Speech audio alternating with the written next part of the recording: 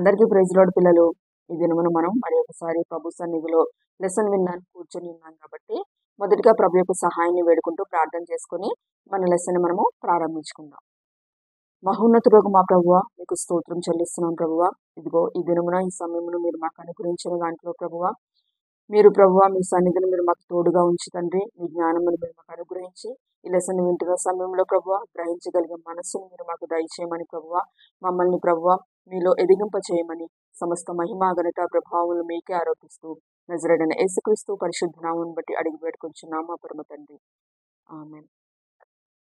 పిల్లలు, ఈరోజు మనం నేర్చుకోబోయే 19th లెసన్ ఏంటంటే యేసుక్రీస్తు ప్రత్యక్షతలు మరియు ఆయన ఆజ్ఞలు, appearances of Jesus Christ and his commandments. ఈ లెసన్ యొక్క బైబిల్ పోర్షన్ ఏంటంటే యోహాను సువార్త 21వ అధ్యాయము 1 నుంచి 24 వచనములు, మత్తయి సువార్త 28వ అధ్యాయము 16 నుంచి 20 వచనములు, మార్కు సువార్త 16వ అధ్యాయము 14 నుంచి 18 వచనములు. అదేవిధంగా ఇంగ్లీష్లో John chapter 21 from 1 to 24 verses, Matthew chapter 28 from 16 to 20 verses, Mark chapter 16 from 14 to 18 verses. అదేవిధంగా ఈ లెసన్ యొక్క కంఠస్థ వాక్యం ఏంటంటే మార్కు సువార్త 16వ అధ్యాయము 15 మరియు 16 వచనములు. మరియు మీరు సర్వలోకమునకు వెళ్ళి సర్వ సృష్టికి సువార్తను ప్రకటించుడి.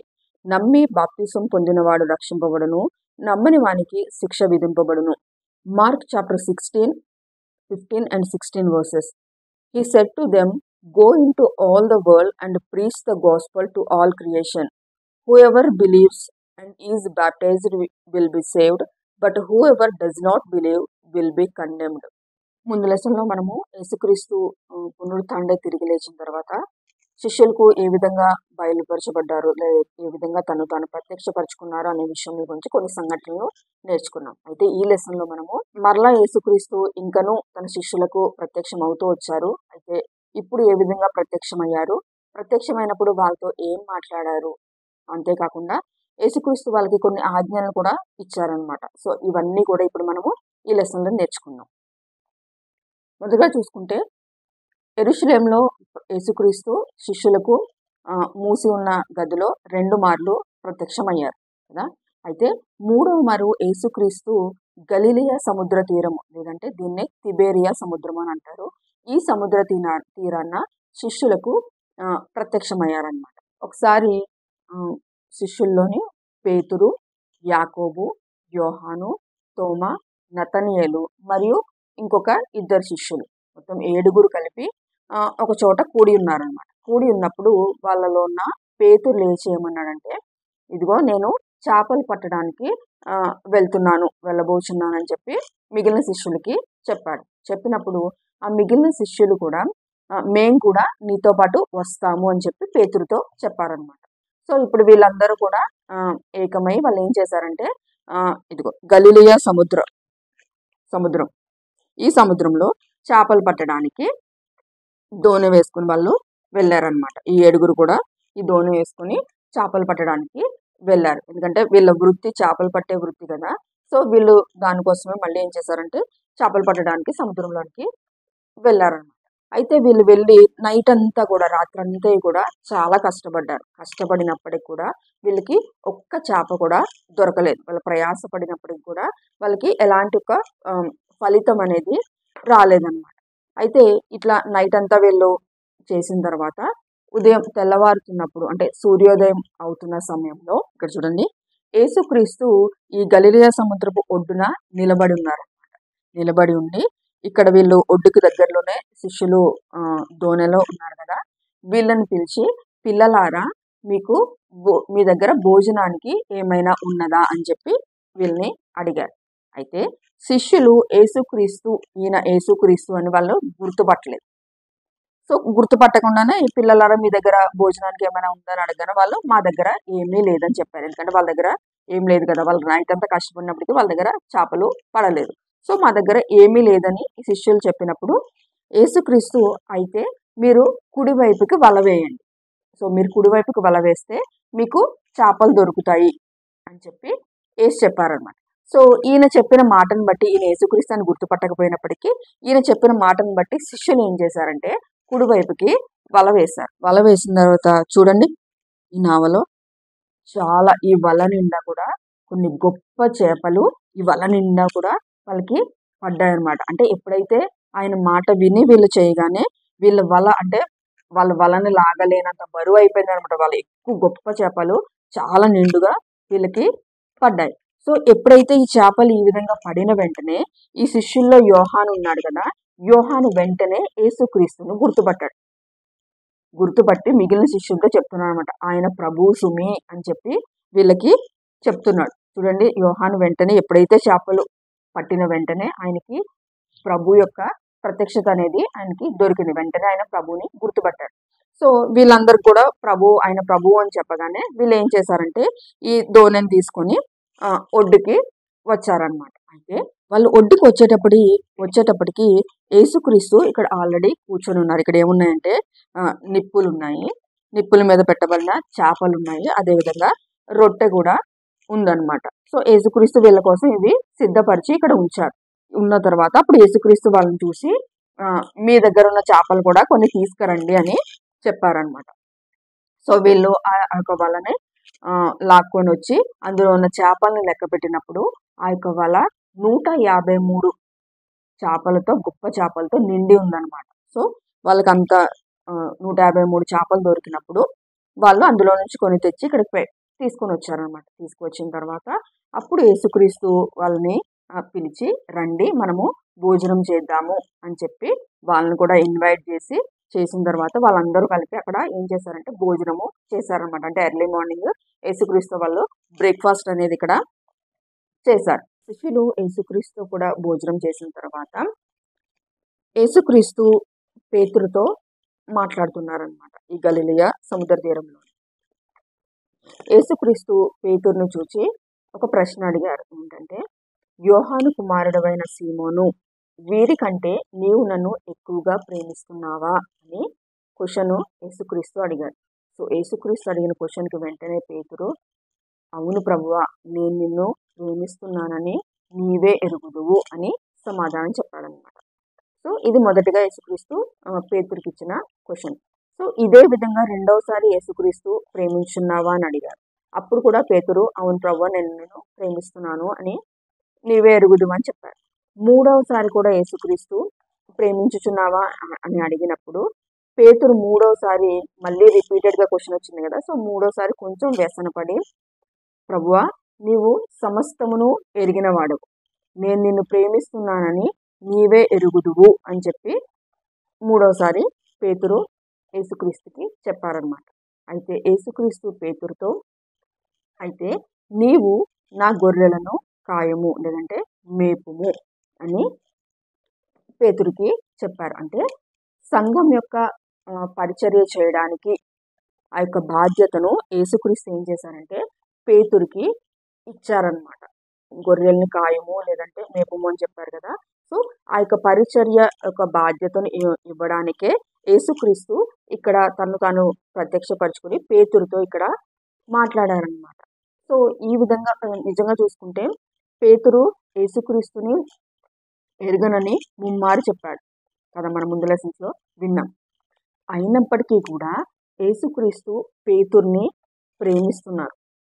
అంతేకాకుండా పేతురు ఆయన ఏం చేశారు, క్షమించారు. పేతురు తాను చేసిన తప్పుని తెలుసుకునే కదా ఆయన చాలా సంతాపపడి ఏడ్చాడు. ఈ గలిలయ తీరంలో యేసుక్రీస్తు పేతురుతో మాట్లాడిన ఈ మాటను బట్టి యేసుక్రీస్తు పేతుర్ని ప్రేమిస్తున్నట్టు మనకు తెలుస్తుంది. అదేవిధంగా ఆయన చేసిన తప్పును కూడా యేసుక్రీస్తు ఏం చేశారు, క్షమించారనే విషయం కూడా మనకి తెలుస్తుంది అనమాట. కాబట్టి ఆయన సంఘంలో పరిచయం చేయడానికి ఉన్న ఆ యొక్క బాధ్యతను ఏం చేశారు, పేతురికి ఇక్కడ ఇచ్చారనమాట. అయితే ఇది అయిన తర్వాత యేసుక్రీస్తు తన 11 మంది శిష్యులు ఎవరైతే ఉన్నారో 11 మంది శిష్యులు, ఎందుకంటే ఇస్కరియోతు యూదా లేడు కదా, సో మిగిలిన 11 మంది శిష్యులకు గలిలయ కొండ మీదకి రమ్మని చెప్పారనమాట. ఇక్కడ చూడండి, యేసుక్రీస్తు గలిలయ కొండ మీదకి రమ్మన్న కారణంలో బట్టి శిష్యులు ఏం చేశారంటే ఇక్కడికి వచ్చారు. అయితే యేసుని చూసినప్పుడు వాళ్ళలో కొంతమంది యేసుకి మొక్కారు, కానీ ఇంకా కొంతమంది ఏం చేశారంటే సందేహపడ్డారన్నమాట. అంటే ఇంకా కొంచెం డౌట్తో వాళ్ళు ఉన్నారు.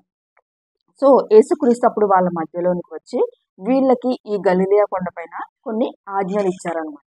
అదేంటంటే మొదటిగా చూసుకుంటే యేసుక్రీస్తు వీళ్ళకి చెప్పారు. ఏంటంటే, పరలోకమందును భూమి మీదను నాకు సర్వాధికారము ఇయ్యబడి ఉన్నది అని చెప్పారు. అంటే యేసుక్రీస్తు మొదటిగా తనకి ఏ అధికారం కలిగి ఉన్నాడు, తాను ఏ అధికారం కలిగి ఉన్నాడు అని చెప్పి శిష్యులకు చెప్పారనమాట.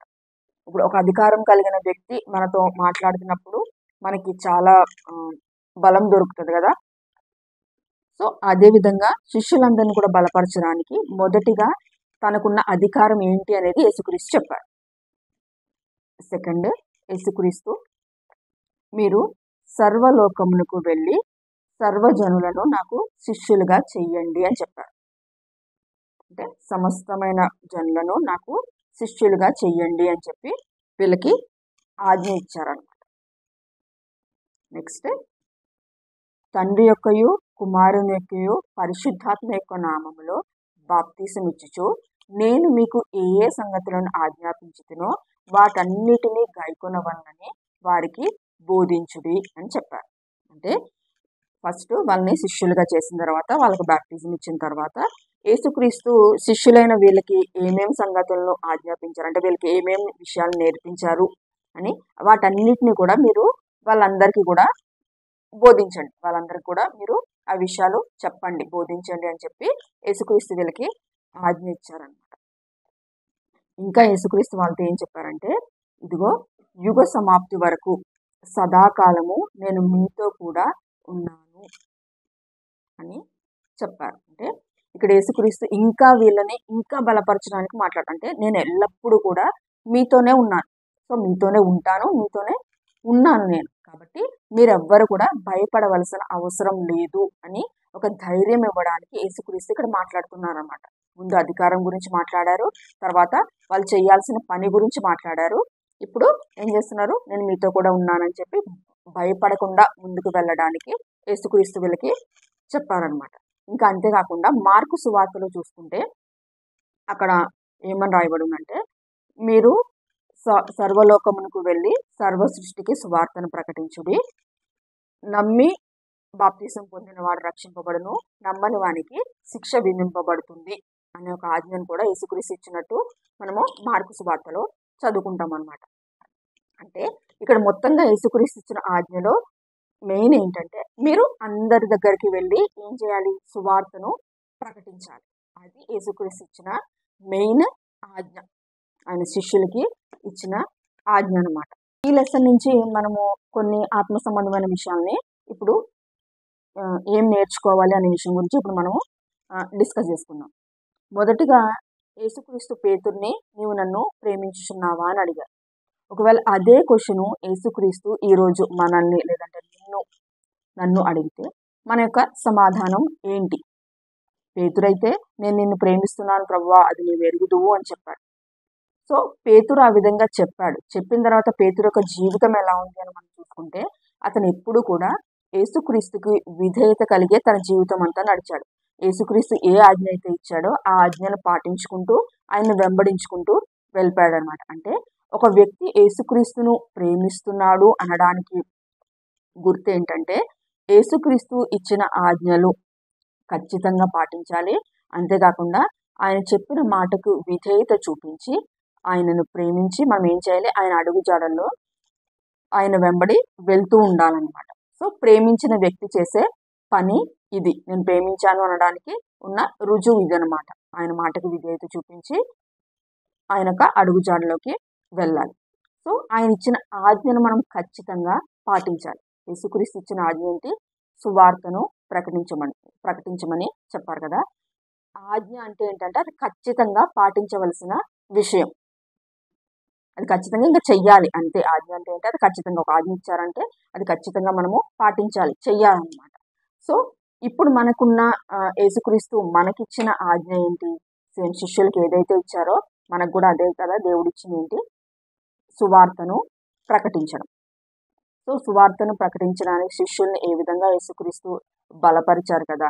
అంటే ఆయన ఎప్పుడు కూడా మనతోనే ఉన్నారు కాబట్టి మనం ఏం చేయాలి, భయపడని అవసరం లేదంట. అంటే సువార్తను ప్రకటించడానికి మనం భయపడక్కర్లేదు, ఎందుకంటే యేసుక్రీస్తు ఎప్పుడు మనతోనే యుగ సమాప్తి వరకు సదాకాలం మీతో కూడా ఉన్నానని ఆయన మనకి వాగ్దానం చేశారు కదా. అంతేకాకుండా యేసుక్రీస్తుకి ఏముంది, సర్వాధికారము ఉంది. కాబట్టి మనము సువార్తను ప్రకటించడానికి మనము భయపడనవసరం లేదనమాట. అంటే సువార్తను అంటే యేసుక్రీస్తు యొక్క మరణమును గురించి, ఆయన పునరుత్థానం గురించి మనం ఏం చేయాలి? సాక్ష్యం చెప్పేవారిగా ఉండాలి. సో ఎప్పుడైతే మనం ఈ విధంగా సాక్ష్యం చెప్పి ఇతరులకు మనం సువార్తను ప్రకటించినప్పుడు యేసుక్రీస్తు యొక్క ఆజ్ఞను మనము పాటించిన వారం అవుతాం. కాబట్టి మన జీవితంలో ఆయన ఎప్పుడు మనతో కూడా ఉన్నాడు అనే ధైర్యం కలిగి ఉండాలి. మనము ఆయన్ని ప్రేమించాలి. ఆయన ఆజ్ఞను మనము ఖచ్చితంగా మన జీవితంలో పాటించాలన్నమాట. సో ఇంతటితో ఈ లెసన్ అనేది కంప్లీట్ అయిపోయింది. ఇప్పుడు మన యొక్క యాక్టివిటీ ఏంటో మనం ఇప్పుడు చూసుకుందాం. ఇక్కడ నేను చూపించిన విధంగా ఒక బూరను తయారు చేయండి. తయారు చేసిన తర్వాత ఇక్కడ దీనిపైన మీరు ఒక వాక్యం రాయాలన్నమాట. అదేంటంటే, మీరు సర్వలోకమునకు వెళ్ళి సర్వ సృష్టికి సువార్తను ప్రకటించుడి. మార్కు 16:15 ఇది రాయాలి. అదే ఇంగ్లీష్లో రాసే వాళ్ళైతే సేమ్ అదే విధంగా ఒక టెంప్లెట్ని ఇట్లా తయారు చేసి దానిపైన ఏమని రాయాలంటే, go in to all the world and preach the gospel to all creation. Mark 16:15. So ఈ విధంగా తయారు చేసి మీరు ఇంట్లో పెట్టుకోవాలన్నమాట. మహోన్నతుడగు మా ప్రభువా, మీకు స్తోత్రం చెల్లిస్తున్నాం ప్రభువా. ఇంతవరకు ప్రభువా మీ ప్రత్యక్షతల గురించి, మీ ఆజ్ఞల గురించి మేము విని ఉన్నాం దేవా. నిజంగా తండ్రి, మీరు మమ్మల్ని ధైర్యపరుస్తూ దేవా మాతో మాట్లాడుతున్న విధానం బట్టి మీకు స్తోత్రములు ప్రభువా. నిజంగా మీరు సర్వ సృష్టికి వెళ్ళి సువార్తను ప్రకటించమని మీరు ఆజ్ఞ ఇచ్చి ఉన్నారు ప్రభువా. మీరు సదాకాలమును ప్రభువా మీరు మాతో కూడా ఉన్నానని మీరు ధైర్యపరుస్తున్నారు ప్రభువా.